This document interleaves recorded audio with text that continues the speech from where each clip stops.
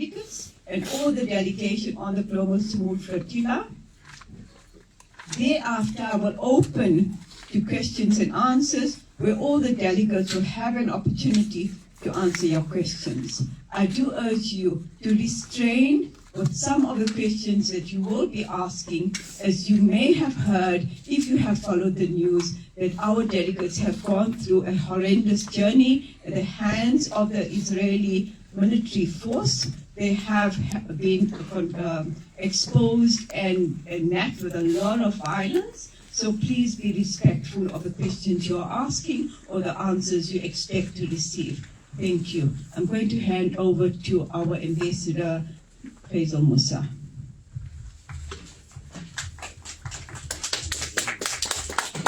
Free, free Palestine! Free, free Palestine! Free, free Palestine! Free, free Palestine! From the river to the sea! From the river to the sea! Assalamu alaikum wa rahmatullahi wa barakatuh. Good morning, Morweni, all my good South Africans. You won't believe how happy I am to be home. I think all of us, and knowing that we had our people making dua and praying for our safety, being in the hands of, not in my view, in the reality, a system that has gone way beyond being an out of humanity. There is no humanity left, coming back from my experience, and our experience, and the experience of the 450 other, each and every one of the participants had undergone torture, emotional abuse. We've been kicked around from morning to night. I now understand what the word skopskiet en donder means, truly. It was a phrase that we used to hear in the Afrikaans side of things, but we've experienced it in the last few days. We had a little peek through a tiny little hole of what Palestinians goes through every single day for the last 78 years. We were in one of the notorious prisons. What's the name again? Kitsiot.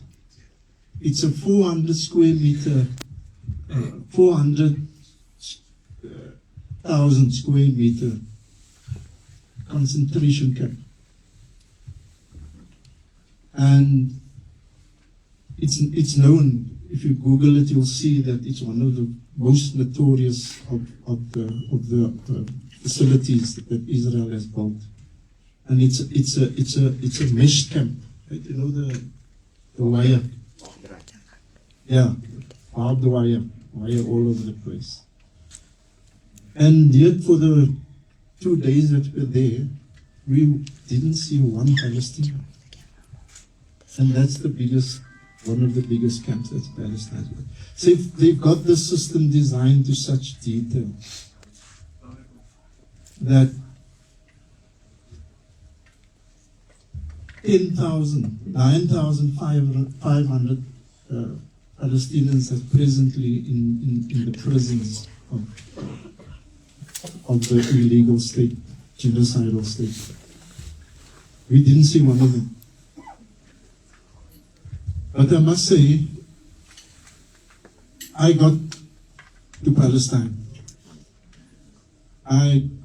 We were in Palestine. Not maybe the way that we wanted to get there. From the river to the sea, we were in Palestine.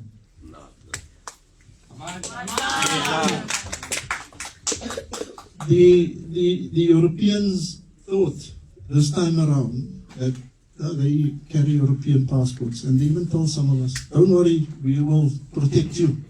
We got Schengen passports and stuff. They didn't discriminate between anybody.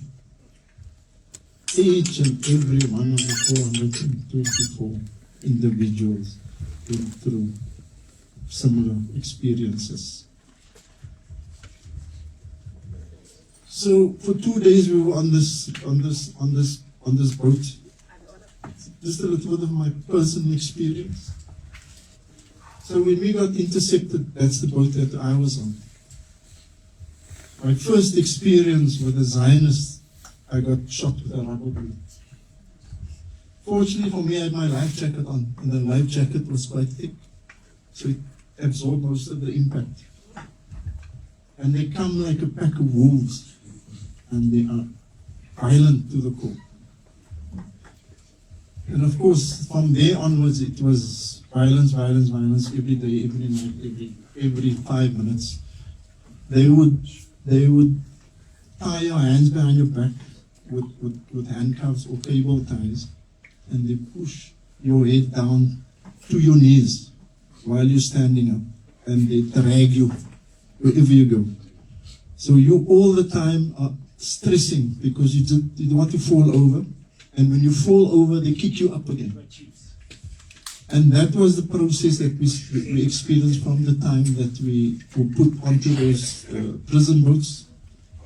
And there's lots of stories to tell about the prison boats. There's lots of stories to tell about Ashdod, the port terminal where we were received from the boats, and then to the prisons. But I'll allow later on for questions around that. I must say that it's important that we escalate. We were consistently, I mean, just the word escalate now brings. So as the flotilla activists, we were consistently what we call de-escalate. So when there's a situation, we very quickly learn, the minute you say free, then they shoot. And a lot of people got hurt. Because once you say free and they know you're going to shout Palestine, it looks like they just lose all the faculties. And out comes the guns and just shoot randomly at anybody every time. But so we were de-escalating all the time to try not be confrontational. And they were escalating all the time. Becoming worse and worse every day, every moment. To try and, I don't know, they're not proving their point, but to try and scare us. But coming back from that experience, I think we are very, very determined to continue the fight. Because Palestine is, I came to realize, Palestine, we are not fighting for the freedom of Palestine. We are fighting for our own freedom. That's what Palestine represents. Because we cannot live in a world that I've seen in the last 6 days. It's not a world for our children. It's not the world for your children and your grandchildren. And if we don't stop and put an end to it as soon as possible, we're going to live in an apocalyptic world. I've seen apocalypse now with my own eyes, which I used to see on TV and movies. But just for our government, I must say we must escalate the issue about the sanctions, the BDS movement, the energy embargo. Because we went to the ICJ, we're doing a great job there, and we thank Dirko for having led that process. But we cannot go to the ICJ and still send ships and armaments to Israel, to continue to slaughter our brothers and our sisters. I mean, that very ship that was carrying us as prisoners was fueled by South African coal. The very lights that is keeping on in the prisons, because the lights is on 24 hours a day, is fueled by South African coal. So we must begin to escalate that part of the... And as South Africans, we understand in the apartheid days, we depended on the disinvestment, people to stop investing in South Africa. And that helped a great deal. So as long as we allow the Zionists to continue on the trajectory, they're going to continue to undermine not only Palestinians, but the world. They are now the pirates on the high seas. They have just proven to the world that they can go anywhere in the world and hijack people and put them on prison boats and do with them what we like. We have got to stop somewhere.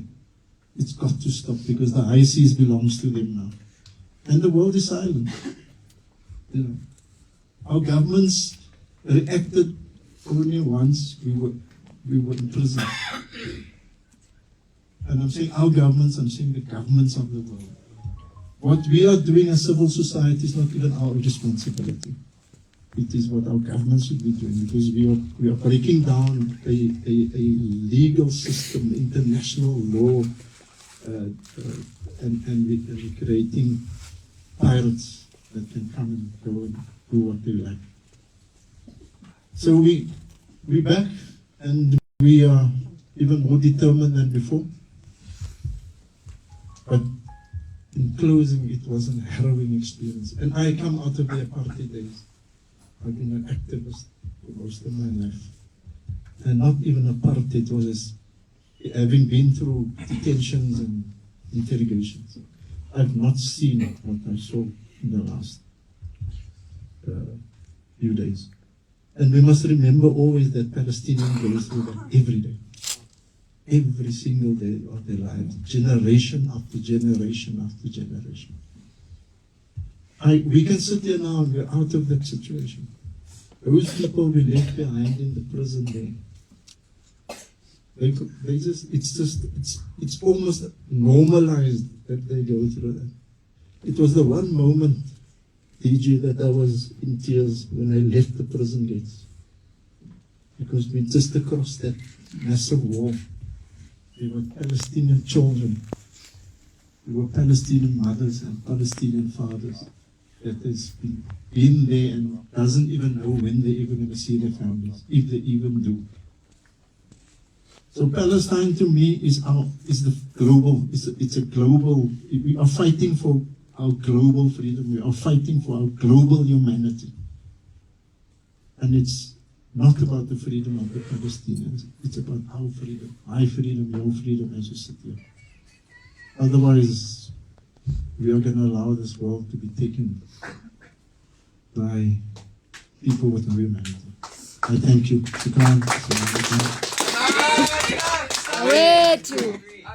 No call for genocide. No call for genocide. Thank you so much, Ambassador Faisal Musa. I just want to now take the opportunity to introduce the panelists, the delegates, so you know who you're talking to. So we have Kutub Hendricks here, who comes from a family of activists. He comes from Cape Town. He was a boat organizer. He went before the other delegates to make sure that everything was prepared. He's also a chef, so was cooking for all the delegates. And apparently everybody was eating on their boat, and he went with the Ubuntu that we all know about. Then we have our young Yusuf Rahman. Yusuf was also a boat organizer. All the stories I've heard from the other delegates, that he brought so much joy, took so many stories from South Africa, and it was just amazing to hear international delegates talking about our young Yusuf Rahman. Then our very young activist, Hajar,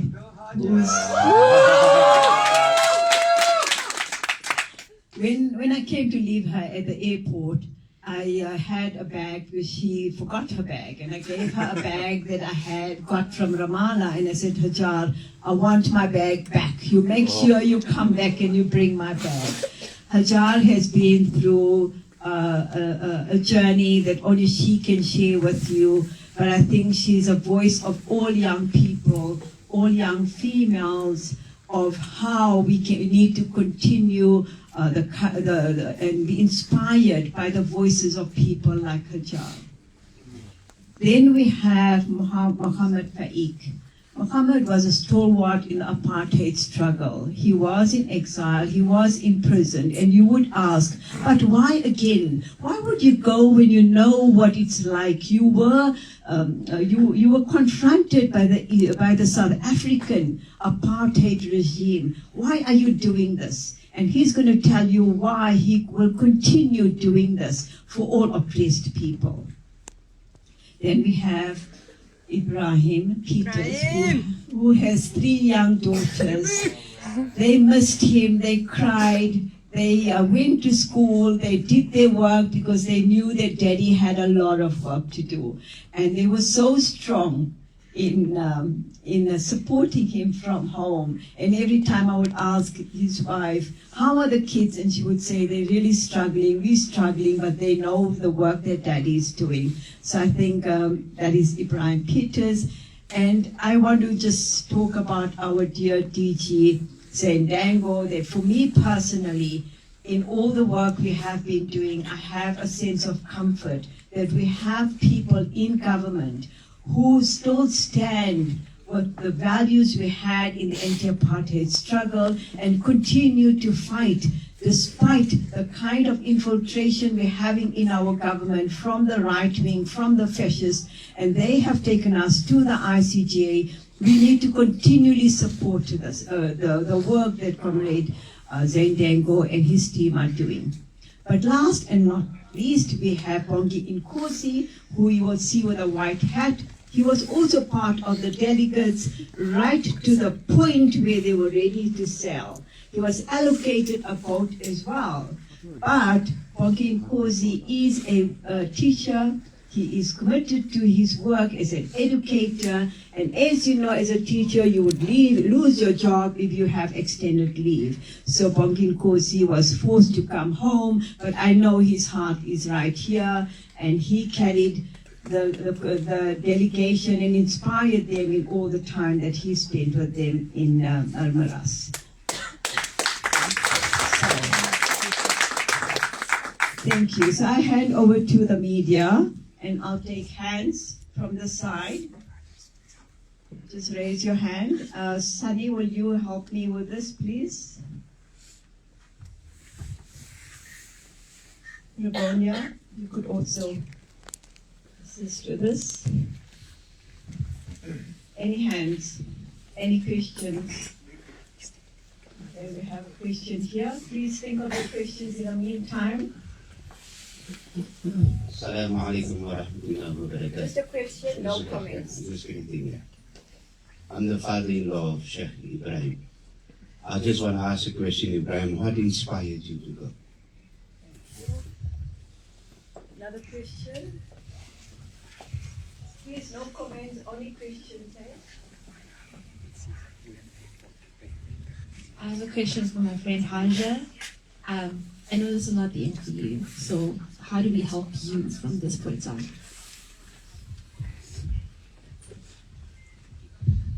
Questions from the media?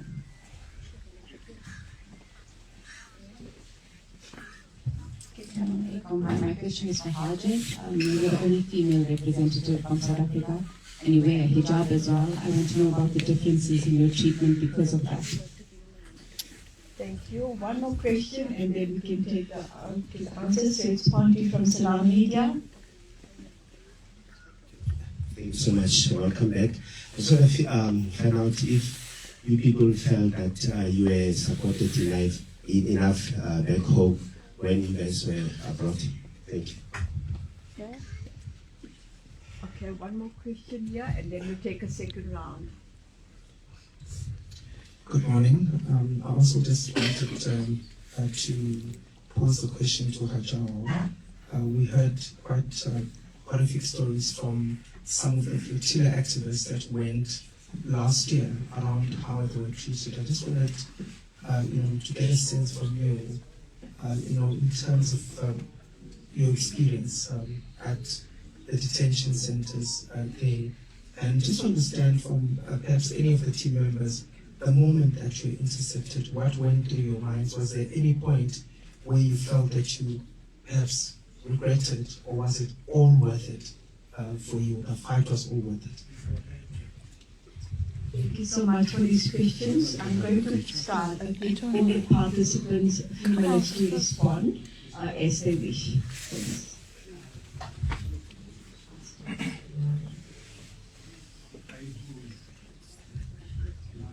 Assalamu alaikum wa rahmatullahi. Good morning. I was actually in Turkey for about 3 weeks, preparing the boat, ensuring that the boat is ready technically with the captain of the boat and went through a series of training, etc. And when we departed from Marmaris, Turkey, we had a day of very rough seas. So we decided to dock in Antalya Bay and wait for the other boats that arrived from Greece. As you all know, there was an interception in Greece. So there were 33 boats that came, and then we actually joined as a fleet, and we left. And we were just on the water for a day and a half, and we were intercepted. And I can tell you all the training that you may have thought you prepared for didn't come into play. The way they boarded our boat, the way they treated us on board the boat, we had to naturally discard all our phones. We were out of comms from that point on, because the training was very clear. They will intensify the treatment and the abuse and violence if they get hold of the phone. So we were then taken to concentration camp at sea. I think Israel is the first country that has this. There were two. And as we got in, we stayed 2 nights. We had different experiences on boats. 3 of our South Africans were on one boat and 3 were on the other boat. The violence actually started when we were leaving the boat to be processed at Ascot Port. And just my personal experience, when they called my name, you had to take your passport. As soon as the door closed, they pulled me into another room and said, you are the ship of South Africa. And then the beating started. And it went on for a while. But at that moment, you think about Sumud, step partners, and you say, La tahsan in Allah. God is with you.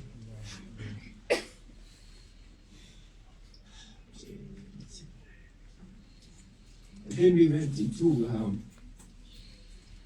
this holding area. The Israeli anthem was very loud, and all our participants were handcuffed so tightly that the blood wasn't flowing into the arm. And we had to lay down for 4 hours, not even lifting your head up. If you lifted your head up, you were beaten. From there, taken into processing, asking a question, why did you come to Israel? And my response was, I wanted to go to Gaza because I'm a chef and I want to cook for my fellow brothers and sisters. Have a look at what's on my boat. I only have food. I have vegetables. I have perishables. I have baked beans. I have tuna. We have nappies. We have medicine. That's all we have. And from there, it was just violence, more violence. They handcuffed our feet. Our hands were handcuffed. Over and above the handcuff, there was a cable tie as well. And we were taken into this prison vehicle with about 12 of us.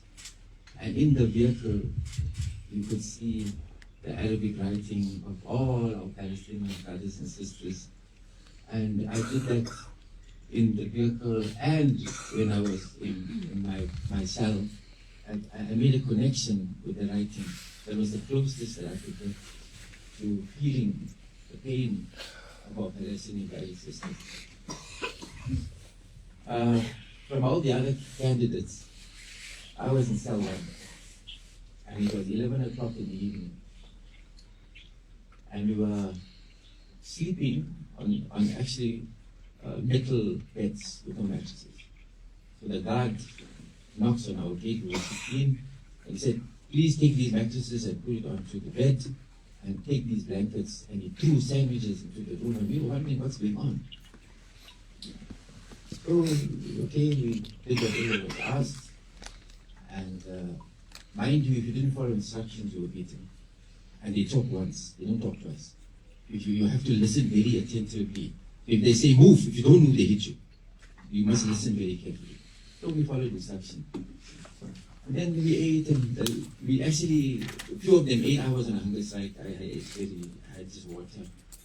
And the lights went off, we were about to sleep, and all of a sudden, out of nowhere, a group of people come into my cell, and there Ben Kabir is standing at the door. And he looks at me and he says, "What is your name?" And I said, "My name is Koto Hendricks." And at that moment, I said, "You are not going to break me." And I said, "I am from South Africa." And he mumbled something in Hebrew. And the brother next to me was from Turkey, and he asked him, "Where are you from?" He said, "I'm from Turkey." And then he said, "All Turkey." But he couldn't understand English.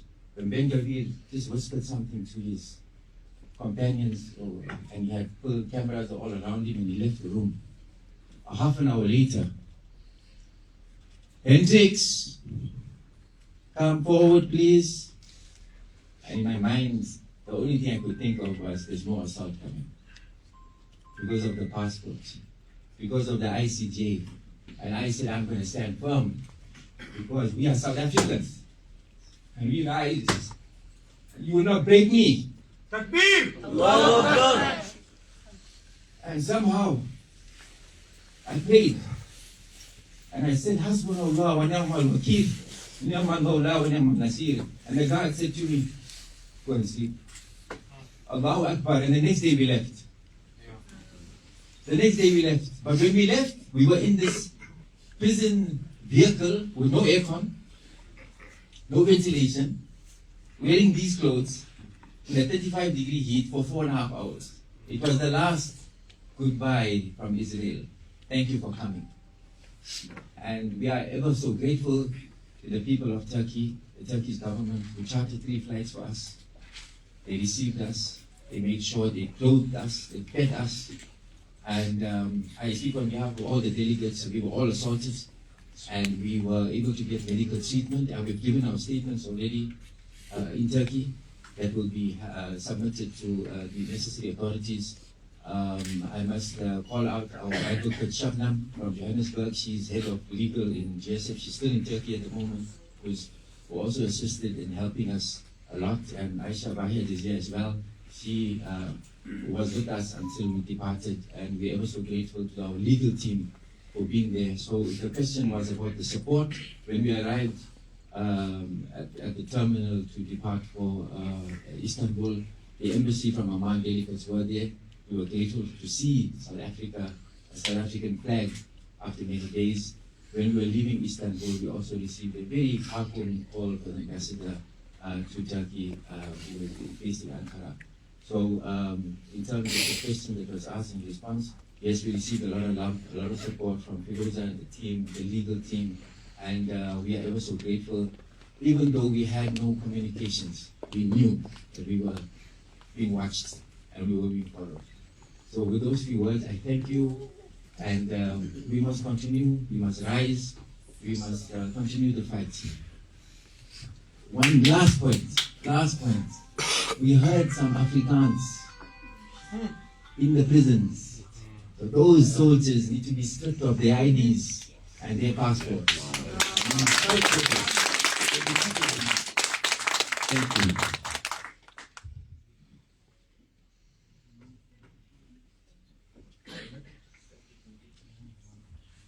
I won't repeat anything that was already said, but I'll just add a few things, because every one of our experience was very different. From the moment we boarded our boats, we each had a unique experience that we hope can bring something home and can start a spark amongst the South Africans, amongst the youth specifically. I'm very young, and so my message is especially to the youth. I want to say that from the time we were on the boats, we didn't get a lot of sleep because we were constantly looking out for drones. We were constantly looking out for enemy ships, and we saw all of those things. Extremely high-tech technology was used. And for me, this is a win, because all of us sitting here are no one special. We are ordinary South African citizens with common jobs, common lives. And to combat us, they had to use millions of dollars, because that is what civil society has the power to do. I remember my boat was amongst the first that they they tried to intercept because we were right in front of the fleet. And I had a very experienced captain, and he managed to evade them. They tried holding onto the boat, and they failed because of their incompetence. And so we had 12 hours more to evade them and continued on our journey because our course was set to Gaza. No matter what, we heard of people getting assaulted. We heard of people getting kidnapped. But not once did we feel like we should give up. We continued for those 12 hours. And in the last hours, we saw the most bizarre drones, extremely bright lights. Some of those were suspected to have weapons on it. And eventually, because they couldn't catch our boat, they shot at our boat. We don't know what, but they shot at it and we gave in because we are ordinary citizens, we're not militants, we're not fighters. And so we put our hands up, and when they boarded our boat, I'll never forget the moment. They were more afraid of us than we were of them, which is why the first thing they did on every boat, we had cameras to live stream what's happening, they destroyed the cameras. We had internet, they destroyed the internet. Fortunately, and I hope soon, on my boat we had 2 sets of cameras, 2 sets of internet, and they did not manage to destroy the second one. So when they tell the world there was no aid, when they tell the world that there was only drugs, because that's the messaging they're using, we have the evidence, and we will show the world the evidence of what they did and what they took out of our boat. When we were taken, there was 2 jail ships. One seemed to have more violence than the other. Unfortunately, or maybe fortunately, because I believe that God will never put you in a situation more than you can handle. I was put on the one, from the moment I entered, I saw droplets of blood. They looked at me and they said, South African. And I remember these words, and I want you all to remember these words. Someone said, South African, Cape Town, Israel. Those were the 3 words that I heard and I understood. South African, Cape Town, Israel. And this is a warning to everyone that we need to watch out. We need to watch out. We've seen movements like the Cape Independence going. We've seen movements to build walls in Cape Town. These are signs. These are how it starts. So I'm asking the media, I'm asking the people of South Africa, watch out for these signs and let's kill this in its roots. I'm a very small, thin guy, and I was put inside a container with 6 men kicking me around. I remember hitting myself against one wall to the next. I was electrocuted for a few minutes, my body was spasming, and eventually I was kicked out. And in that moment, I was so phased out, I didn't really understand what's happening. But when I saw my comrades on the other side waiting for me and they hugged me, I understood that they can break our bodies, but the spirit that we have inside will never be broken.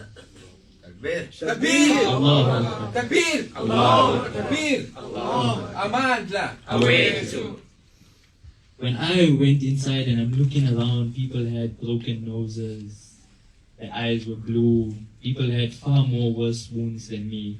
And we had people, some with some medical experience, that worked throughout the night just trying to get them comfortable because, mind you, unlike any other prison you know, if you're injured and you ask for medical attention, you should receive it. That's a human right. When we asked for medical attention, someone had broken ribs, they said, we just want pain medication. You know what they did? They said, come, we'll give you pain medication. Where's the broken rib? And they pressed into that because those are the animals we're dealing with. We were denied access to water for a while. Food, yes, they fed us. Food that was not fit for human consumption thrown to us from the top. We were denied access to toilets for many hours. We protested. The minute we started demanding for things, we were shot at with rubber bullets. That is some of the experiences we went through, but I want you all to remember. For them, it seems so normal as if it's something they do every day, because it is something they do every day. Not to us, but to the Palestinian people that we claim to love so much. Finally, when we were taken to the prison, it was for them such a breeze. because they knew exactly the process to go through because it was so normal. But it's not a process as in paperwork. It's a process of torture. Every stop we made, we were hurt physically in some way. We were stripped. We were looked at. We were told things about our personal life. Eventually, the biggest comfort was getting to ourselves. For me, that was my biggest comfort. And I want to answer the question of, did we feel like giving up at any time? Did we have any regret? Yes, I stand here very strong today and determined.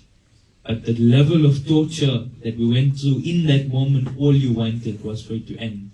So we may seem brave, but I cannot understand someone that went through this for years, because I was there for 4.5 days. 2 days on the jailboat and 2 days in prison, and all I wanted was to leave. So imagine, and we knew we will leave eventually. We knew that at the back of our head. What about those people that know or have no certainty if they will ever leave?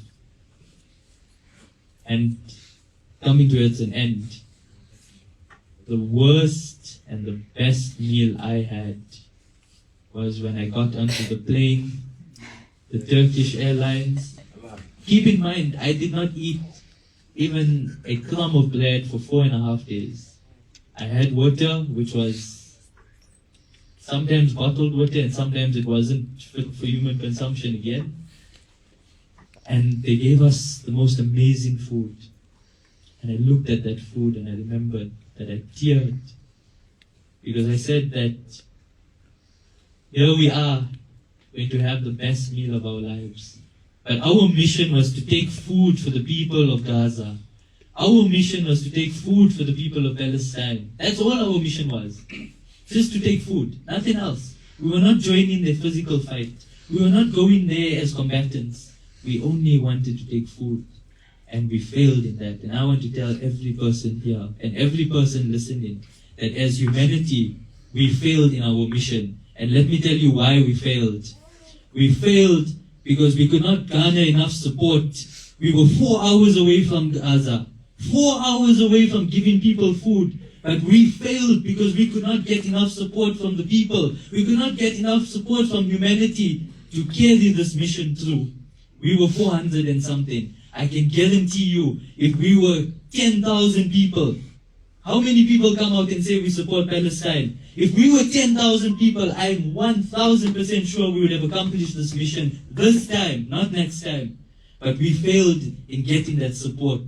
Every single one of us failed in doing our duty. And this is something you should remember. We should all be ashamed of ourselves. We are not brave. We did not do anything that is great.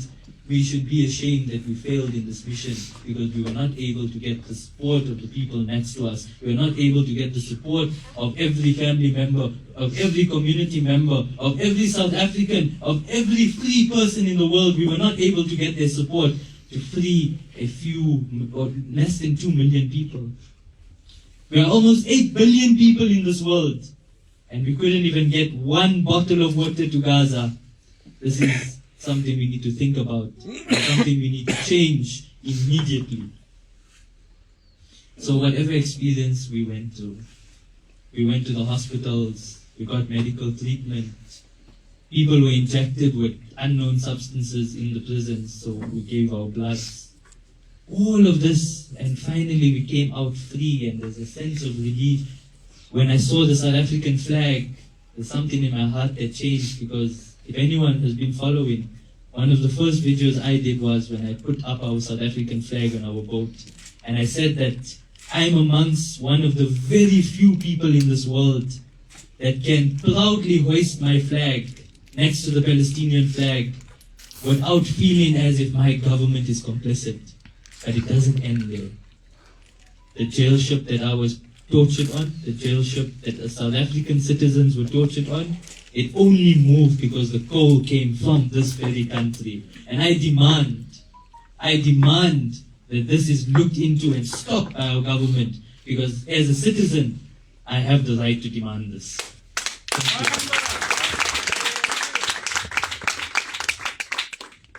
Free Palestine.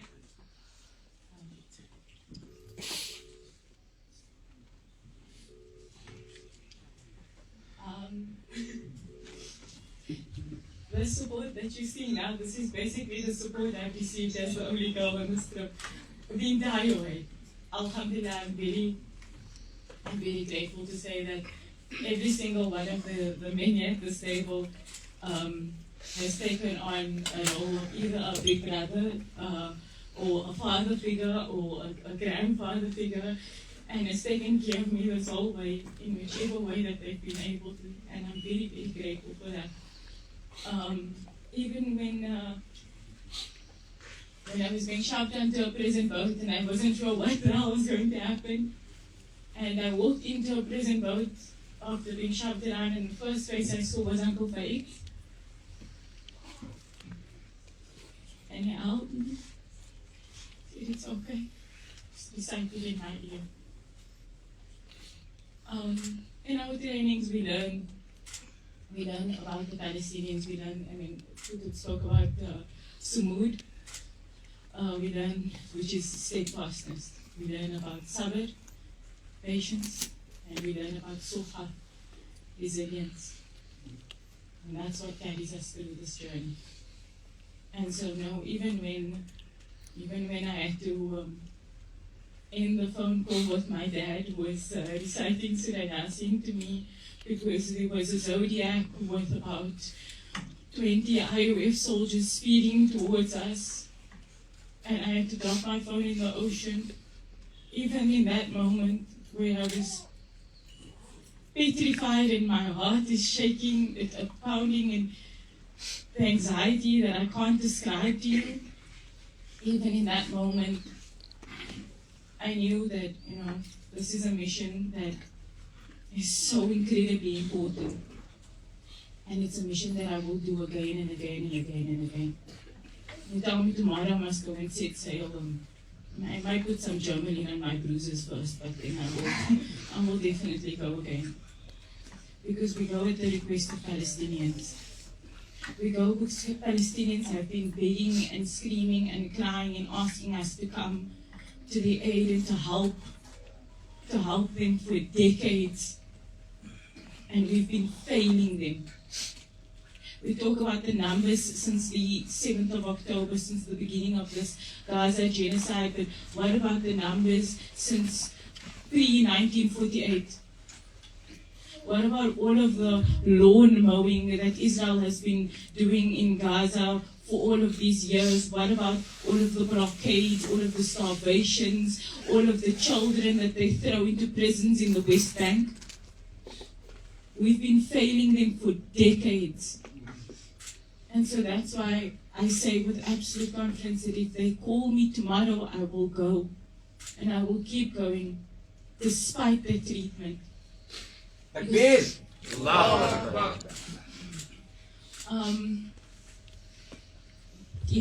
like Kutub said, like Yusuf had mentioned, we all went through various levels of assault.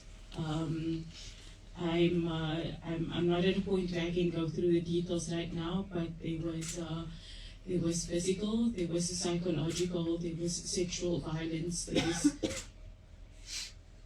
there was every sort of violence, because these monsters, all they know how to do is to take away your dignity, is to humiliate you, is to violate you. To the question about as a Muslim, as a hijab wearing woman, none of the women were allowed to wear our hijabs. There was, in my present boat, there was one woman that was able to resist and was able to walk wearing a hijab, but there were about 5 of us who they stripped off our hijabs. We were able to make scarves out of t-shirts. That t-shirt lasted for so long because as they pulled me off the prison boat in Ashdod port, they ripped that shirt in half. They ripped it into multiple pieces and they started laughing at me, and then they dragged me by my hair through Ashdod port. And so I believe that there is a picture going around of me sitting, looking quite broken in Ashdod Fort, sitting in front of a so-called immigration judge of Israel, without the clothing that I would have wanted to have. By the time we were boarding the bus to the prison, no woman was allowed to wear hijab. None of us. And I think in that moment we'd been holding each other together thinking, okay, you know what, at least we're going to a women's only prison. These people only be women there. No. I hate to break it, but there were the same amount, I think, if not more, male soldiers in that prison than there were female. And they were tugging us by our hair as well.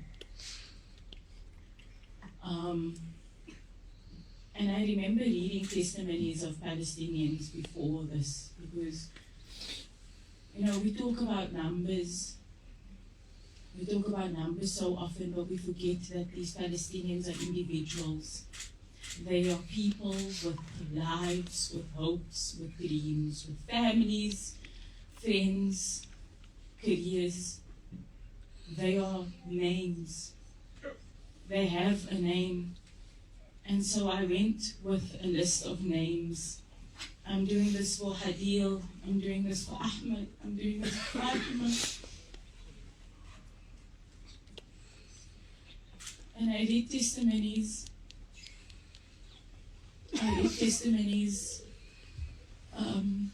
But nothing can prepare you for the brutality that you will face. This mission was just proof that the Zionist regime, they know their brutality knows no limit. They will do this to anybody that stands in their way. Anybody that stands in the way of their power. The prisons, as we're driving to the airport, to Eilat Airport, which we didn't know where we were actually going, but as we're driving, we passed 3 different prison detention centers. And I think because, I speak for myself, but because we didn't know where we were going, the women in the bus, we were, are we being transferred, what is actually happening? So you're constantly on edge because you never know what's going to come next. But these prisons aren't for people or so-called citizens of Israel that are going to go and steal, or going to go rob a bank, or going to, I don't know, the sort of normal crimes that we know you would get arrested for. It's for people that challenge the regime. It's for people that challenge the state. So much so that in the prisons, okay, I can't describe too much what the prison looks like, because again, they sort of shove your head down, your neck is constantly being held down, you're not allowed to look around. And yeah, I think we all sort of need to go for physio after this. There's huge, I don't know, portraits, banners of the pictures that we see coming out of Gaza, of children walking through broken buildings, walking with a teddy bear, and in Arabic it says, because I asked one of the women from Bahrain, a 78-year-old was, also shoved around, to translate for me what it says, and it said something like, this is who you're doing it for. So if the people in the prisons just are reminded that, you know, you're in prison because you try to support a 9-month-old, a 1-day-old child. Dead to the IDF! Dead to the IDF! Dead to the IDF! Dead to the IDF! I'm going to pause there with my experience. I think there was a question about upcoming steps, upcoming actions. I say we were all able to go on this mission because that was something that was in our power to do. We had the ability to take leave or, you know, put pause and be able to go on this mission.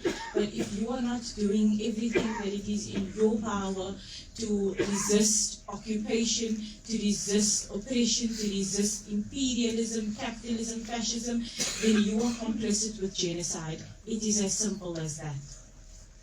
It is as simple as that. If you are not doing everything to stand up, if you are still buying a bottle of Coke, if you are still buying McDonald's, consuming Cadbury, if you can't even boycott, you are complicit with genocide.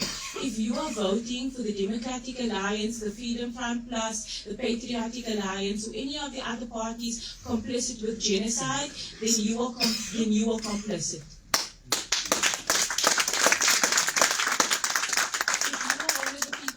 On the streets, then say free Palestine, but then proceed to go and vote in our upcoming elections, you are complicit. If you are not actioning every single word that it is that you say, you are complicit. So make sure that whatever it is that you're doing, you are standing up and that you're actioning your words.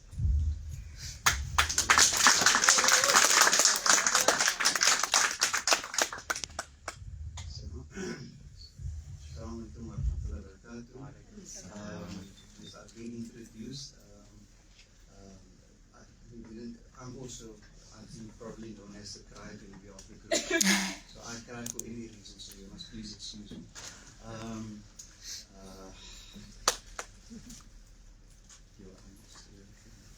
So just what happened, when I realized that when we got there, we had, I must also just, they also took all my possessions. The first thing they took was my spectacles, and I'm almost blind as a bat. So if I'm looking at you and I'm not acknowledging you, please, I can't really see you. So it's I'll be able to. So in any case, so I realized that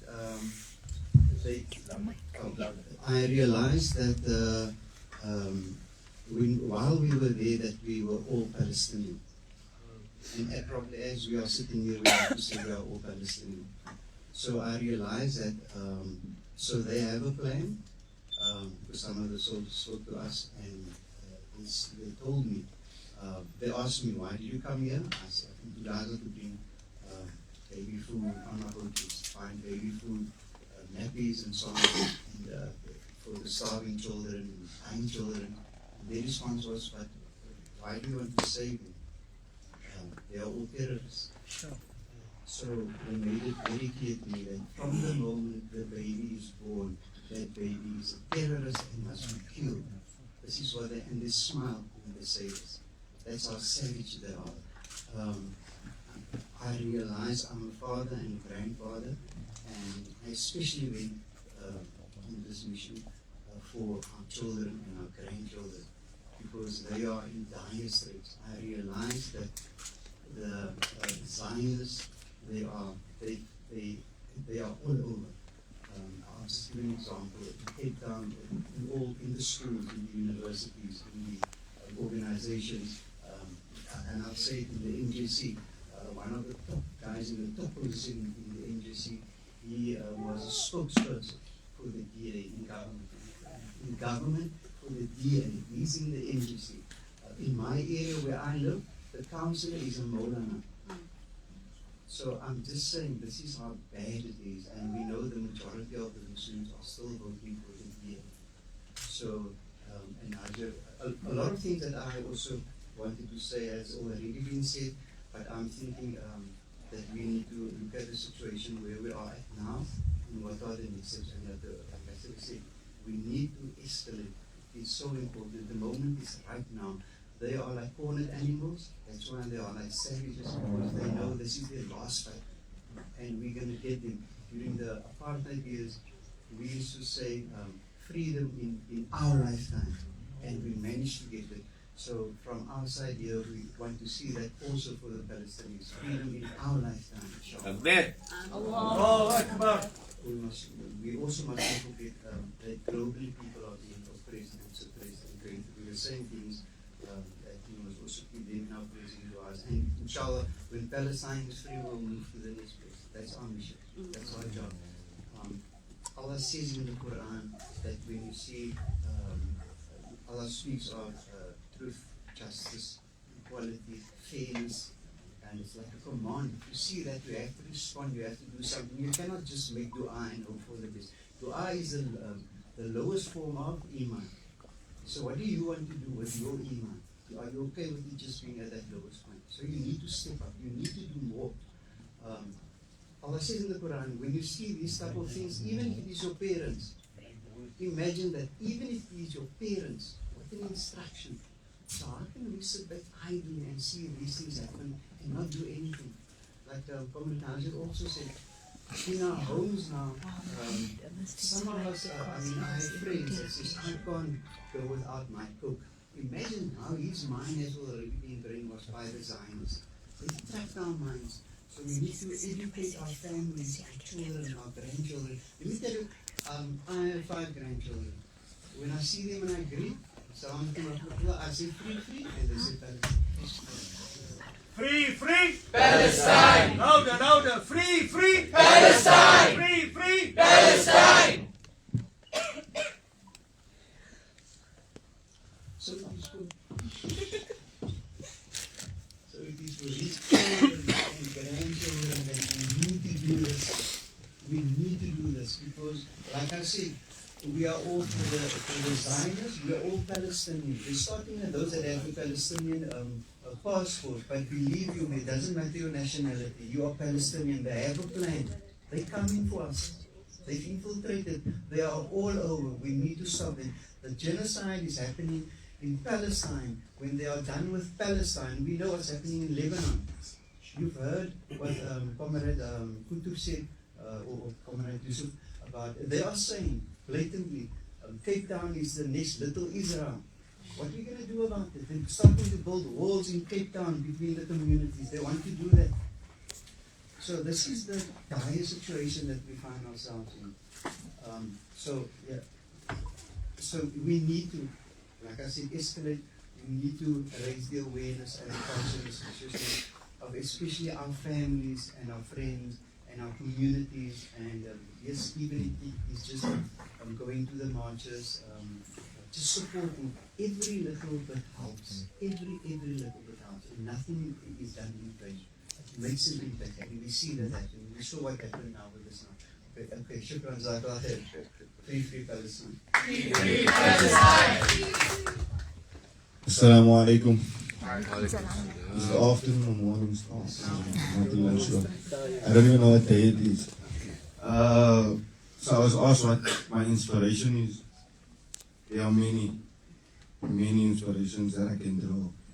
But the one inspiration that I had for the Palestinian cause was the late my son Hendrix told me once that, Ibrahim, you will be a pillar for Palestine one day.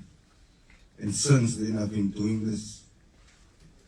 I've been trying with all my might to defend the people of Palestine. But this mission, I did for my children. I have 3 beautiful girls. I did it for them so that one day when they asked me, Daddy, when people were suffering, what did you do? I can tell them, I tried my best. We tried. We really tried. This team you see here, we don't see ourselves as heroes. No, we don't. But this team, I wouldn't change the members of our delegation for anyone. We became a family. We became so close to each other that I know for myself when we were in the prison, they separated each one of us. We were not in the same cells. And you would worry what is happening to the next one. You would hear screaming, one day is it one of us. I remember when I'm not going to speak about the torture we went through a lot. Because it's irrelevant, because we free. But the 9,000 plus Palestinians that are still there, we don't know what's going to happen to them. We don't know. We should advocate for their freedom. And we should keep talking about them. Even when there's peace deals and all those things that we know is fake, when everyone goes quiet, that's when our voices need to be raised. That's when we need to make a noise. Because they would bomb a different country to keep your eyes off Gaza.